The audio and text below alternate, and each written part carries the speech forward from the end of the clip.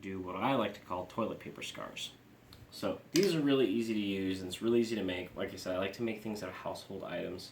So really all you need to do to start out with this is, of course, you got to get your liquid latex. That I can see you can get at the Spirit Halloween store. Party City sometimes carries it. And then any theater makeup shop should have some as well. So with this, you're going to need the latex, a piece of toilet paper. You really only need like 1 square depending on how big of a scar you're wanting to do. If you're doing anything larger than, like, I would say 3 to 4 inches, you're probably going to want to just upgrade to like paper towels just because it's going to be a lot sturdier. But we're going to show you with the toilet paper because it's quick and it's easy. As you can see, I've already torn up some pieces off of this square of toilet paper. I have it covering it up because the fan's on and I don't want it blowing on the ground. But I also want this latex to dry at a decent pace and the fan helps with that. So first thing we're going to do is we are going to take, remember this is a very important thing. I'm going to be doing this on my forearm. I have a tiny bit of hair right there, but nothing that's really going to bother me. I'm going to try to keep it from my hairline as much as possible. But if you are putting this on someone or yourself, I recommend you shave the area that you're going to be putting this down because it will pull your hair out when you go to take the appliance off. So now this liquid latex I like to use this stuff because you don't need spirit gum or anything like that to attach it. You can reattach it with spirit gum and different adhesives. If you're allergic to spirit gum, there are other brands. This bottle's a little dirty because I've had it for quite a while, but this is actually from the Monster Maker's website. This is a pro adhesive. This is the adhesive that they use in a lot of cinema studios because people aren't as allergic to the materials that are in here.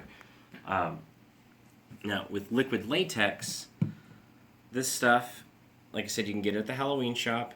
I recommend if you like doing this kind of projects, you get it the day after Halloween in bulk because you can get them on sale, typically, because they don't like to sit around on this stuff and those shops don't stay around all year long. So let's get some latex on here. Now I will remind you this stuff does smell. It's not pleasant. It kind of has a fishy odor. You're going to want to start by laying down a small area of the product. It's going to look a lot like glue. Now, you don't necessarily need it to be smooth. You can have it a little lumpy. In fact, a little bit of lumps help. It'll give it a little more texture when it actually dries. In fact, something I like to do is if you take your Q-tip, you can actually drag the Q-tip and lift it up as it starts to dry, and you'll see how it gives you texture. Probably gonna end up getting it in my hair, but I really don't. It doesn't really bother me. I've done this for so long that I'm kind of used to it.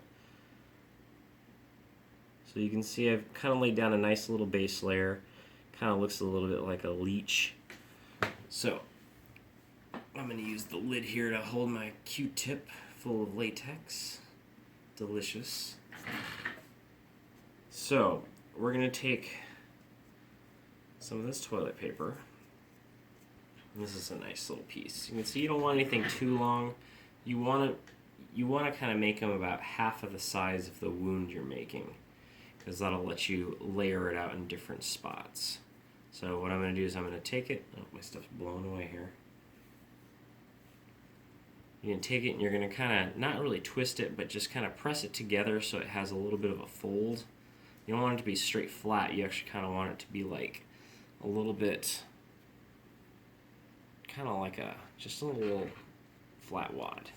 So you're going to take that and you're going to lay it down right on top of where you just put your latex. And it doesn't have to be perfect. There's really no perfect way to do it. Again, scars, bruises, all that stuff, they're like snowflakes. You're never really going to have the same kind twice. As you can see, I just touched it with my glove. The latex gets really tacky really fast, and it will pull up on you, so you have to be careful. There's different kinds of latex they sell. Usually at the spirit store you'll get the clear. It's the only kind they really sell all year, like anytime. But at makeup shops, you will actually be able to find different shades, different tones of liquid latex. They'll have a white, they'll have a skin flesh tone color. I prefer the clear because it's easier to apply makeup and stuff too.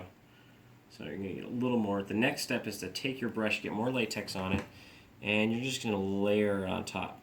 Now something cool that happens often when you lay your paper towel or your toilet paper down, if you want to lay it with the edges down because you get a little bit of an air bubble that gets trapped inside there. So it'll give you your depth for your scar.